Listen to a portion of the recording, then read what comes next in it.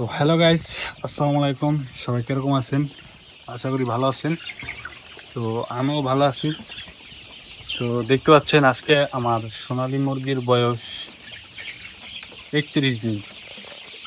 তো 30 থেকে 31 দিন বয়স। তো দেখতে পাচ্ছেন আমার মুরগিগুলা কিন্তু খুবই ভালো আছে। তো এখন আমি মুরগি মাপি নাই, তো কিছুদিন আগে মাপছিলাম, 400 গ্রাম করে হয়েছে। তো এগুলা প্রতি পিস এখন মনে করেন ওজন আছে, গড় ওজন আছে 500 গ্রাম করে। 600 হয়েছে, মোরগগুলা 600 হয়েছে। ঠিক আছে, এটা হচ্ছে সোনালী সুপার হাইব্রিড। এটা হচ্ছে সোনালী সুপার হাইব্রিড মুরগি। ঠিক আছে, অরিজিনাল অরিজিনাল সুপার হাইব্রিড মুরগি। তো দেখতে পাচ্ছেন মাশাল্লাহ, কিন্তু মুরগিগুলা কিন্তু খুব ভালোই আছে।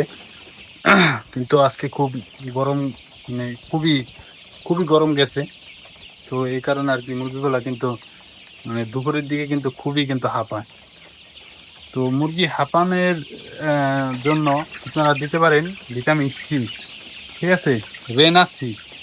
রেনাসিটা যদি আপনারা ব্যবহার যদি করেন দুপুরে, তাহলে মুরগির মানে ভিটামিন সি এবং কি মানে ধকলটা সেটে যাবে।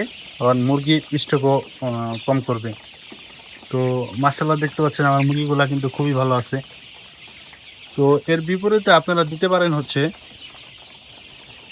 স্যালাইন। তো দুপুরে যদি স্যালাইন যদি চালান, ঠিক আছে, কোনোভাবেই মুরগিকে আর কি দুপুরে কোনোভাবেই মুরগিকে খাবার আপনারা দিবেন না। ঠিক আছে, খাবার দিলে মানে খাবার খাওয়ার কারণে মুরগিগুলা কিন্তু স্টপ করবে। ঠিক আছে, এটা কিন্তু একটা ভয়াবহ ব্যাপার। তো আপনারা কিন্তু দয়া করে কেউ দুপুরে আর কি মুরগিকে খাবার দিবেন না। ঠিক আছে, সকাল 10টার সময় খাবার শেষ হয়ে যাবে। ঠিক আছে, বিকাল 4টার দিকে আবার আপনারা সকালে খাবার দিবেন। ঠিক আছে, দেখতে পাচ্ছেন সোনালী সুপার হাইব্রিড। তো মুরগিগুলো আশা করি আলহামদুলিল্লাহ ভালোই হবে। আলহামদুলিল্লাহ ভালোই হবে মুরগিগুলা। মনে করেন যদি বাজারে যদি এরকম যদি থাকে, তাহলে আশা করা যায় এখান থেকে খুবই ভালো একটা প্রফিট আমি করতে পারবো।